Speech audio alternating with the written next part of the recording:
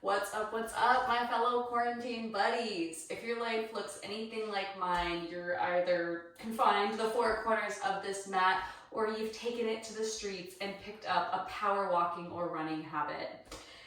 I just finished my 400th walk during quarantine, and now I'm gonna just share with you guys some of the stretches that I go through to help mobilize some of the joints and muscles that are commonly used in walking and running. And so we really increase the amount of this kind of movement in our lives, and our bodies just aren't used to it. And so I'm going to bring you guys through some of the core stretches and strengthening postures that can really help you up your game and kind of round your body out for the increase that you've probably experienced in this movement. So we'll start with some cat-cows. Cat-cows are awesome because they help release the low back. There's a big load that the low back takes with walking and running. So spread those fingertips nice and wide, stack the hips over the knees. Inhale as you drop the belly down, feel the chest pulling through. Exhale as you push the ground away, really feel a nice release all along the backside body. Couple more, inhaling, dropping the belly down, bringing the gaze up for some cow movement. Exhale, cat pose, pushing into the ground, feel those shoulders releasing. One more, inhale, cow pose. Exhale, cat pose. That feels good. Nice. Go ahead, tuck the toes. Send the hips up and back and just pedal out the legs here. So this should feel really good, not only on the ankles, but all along the calf muscles, the hamstrings, the low back. Should feel really good. So press the chest back towards the thighs. The more you allow those heels to sink to the earth, the better stretch you're going to get in the calves. The calves are a pretty hard muscle to stretch without being super intentional about it. So see if you can release the low back, soften the hamstrings, and release those heels to the ground, getting a nice good stretch all along the back side of the body. Take a big inhale here. Big exhale. Extending that right leg long, bend the knee, open the hip, and take a few hip circles here. The hips take a heavy hit too with a lot of walking and running. So open up through the hip flexors, get some mobility in the hip joint. Very nice. Inhale, extend that right leg long. Exhale as you step it forward to a low crescent lunge and find some up and down hops here. So just really bouncing into the hip joint.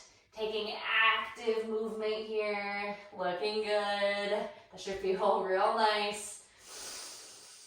Cool, go ahead, release that knee to the ground, untuck the toes. Inhale as you sweep the arms up. Exhale as you frame the foot and extend that right leg straight. Start to soften the chest down. So we're gonna take half splits.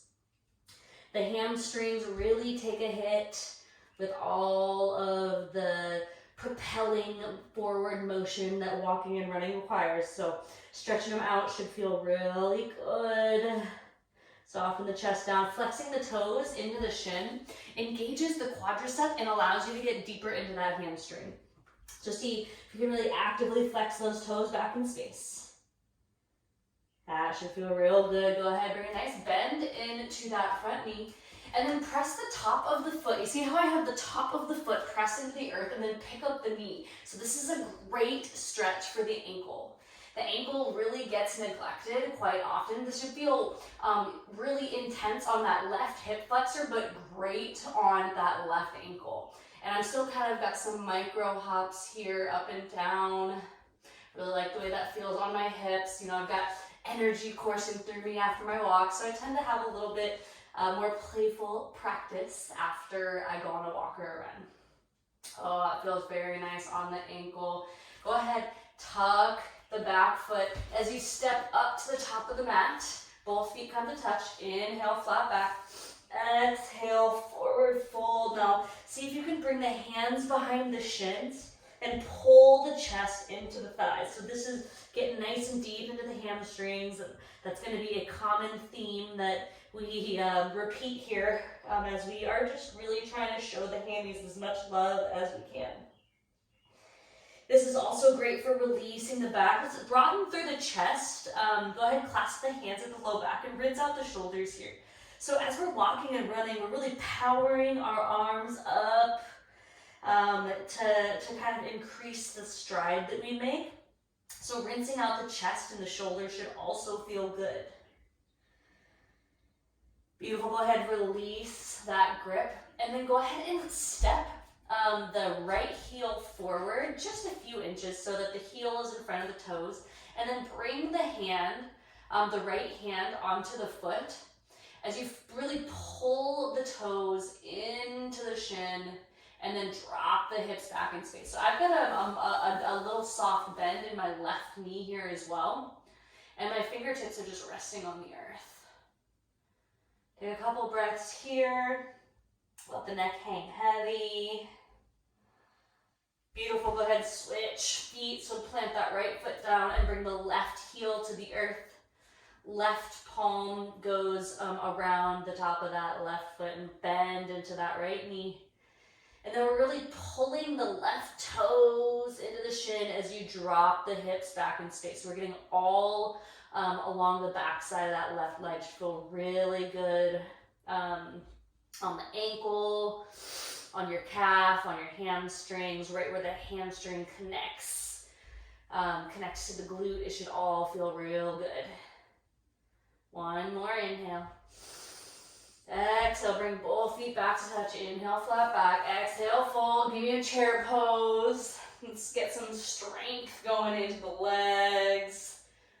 Sit those hips down in space. Very nice. Inhale, bring the right leg up to one-legged Tadasana, one-legged mountain pose. And then go ahead and cross that right ankle over the left knee as you sit those hips back. And we really have a strong flex on that right foot. So we're flexing the toes into the shin. By doing that, it locks the knee joint into place and allows you to sink those hips down. Hands can be at heart center. If you want to rest them on the flexed foot, you can put a little bit of pressure on that right knee, allowing you to sink deeper into the outer hips. Inhaling. Exhale, then come back through one-legged mountain and then cross the right ankle behind the left as you come back into a forward fold. This should allow you to get into that left IT band. Breathing, releasing. And go ahead and bring both feet back in line. Inhale, flat back. Exhale, fold. Take a chair pose once more. Bring those hips down. Coming up to one-legged mountain, raising that left knee up. And then go ahead and cross the left ankle over the right knee. We got a firm flex in that left foot. The toes are drawing into the shin bone as you're sinking those hips down. So this is all about that left outer hip and the left glutes.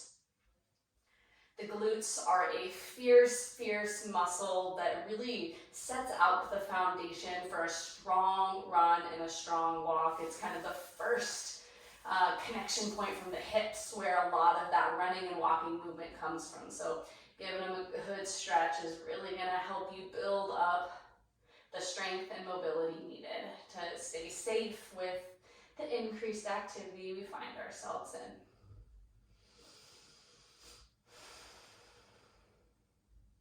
Very nice. Inhale back to one-legged mountain. Exhale as you cross the left ankle behind the right and then forward fold. Releasing the chest down towards the thighs. Still getting that IT band. One more inhale. Exhale, go ahead and bring both feet back in line with each other. Inhale, flat back. Exhale, fold. We're going to pause here for a few breaths. So finding the backs of those shins if you can. Pulling the chest into the thighs, whatever variation you do find. All right, coming to a flat back as you inhale, hands to the earth, step it back, high push up. So the core here, we'll do just a little bit of core engagement, core awareness. The core really in yoga, in all sports and physical activity, is really fundamental to the rest of your strength. So if you want to be faster, stronger, or find more stability in your movements, starting with the core is really going to help you out. So just a few breaths here, pressing into the ground. If you want to challenge yourself a little bit more, you can come down to the forearms. If you want to pause the video and hold it, by all means, do you. Inhaling. Exhaling, coming into an upward facing dog, low cobra, whatever heart opener you want. And then send those hips back, downward facing dog. Inhale as you extend the left knee in space, and then find a couple hip circles here. Opening up to that left hip. We have equal weight in both hands.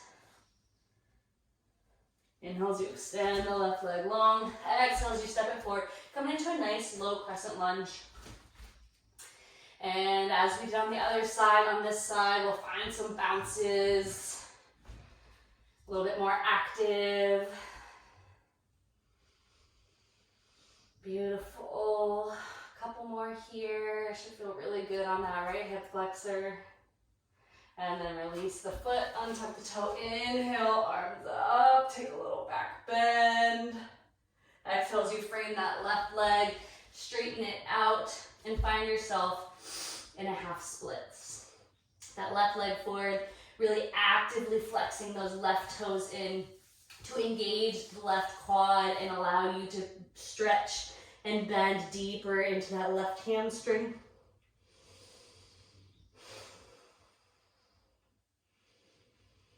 Softening deeper on each exhale.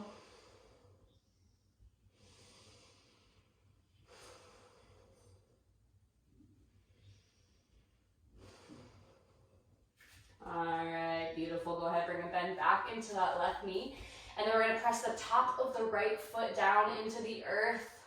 Pick up that right knee. And then I'm finding little bounces here. So we're stretching out the right ankle and getting deep into that right hip flexor. Beautiful, stick with it. Couple more breaths here. And very nice, go ahead and tuck the toes. Step the right foot up to meet the left. Inhale, flat back. Exhale, fold. Chair pose, Utkatasana. Those hips down. Get those arms up, inhaling here. Exhale, bring the hands to the low back, rinse out the shoulders, and then we're gonna pop up onto the balls of our feet. Ankle strength and ankle stability is super important with walking and running. It's something that if you're not used to doing it, they'll probably protest a little. So working on strengthening out the ankles, try to get those heels as high as you can. Press the legs together here to help you find a little bit of stability. And find a drishti, find one point to focus on. Go ahead, release the hands as you come to standing. On our tiptoes. See if you can find a gentle tuck of the pelvis. Inhale. Exhale, soften those hips down. Take a little back bend. Inhale, arms up. Exhale, forward fold. Inhale, flat back. Exhale, bring your seat to the ground. Go ahead, extend those legs long in space. We're going to take a seated forward fold. This is going to have multiple benefits. The first one being get into the hamstring. The second one is this is another opportunity to stretch out those calf muscles. So sweep the arms high. Bring the hands forward. We're so similar to that standing forward fold. I want you to bring the fingertips onto the palms over the tops of the toes. And I want you to kind of pick up the heels. By picking up the heels and really pulling the toes down towards the shins into the body. So it allows you to get deeper into the calves. And if we're not intentional and trying to stretch the calves out, they're pretty easy to miss. So being very intentional, I want you to focus on finding the calf muscles, maybe bending into the elbows, dropping the upper body down. Nice, few breaths here.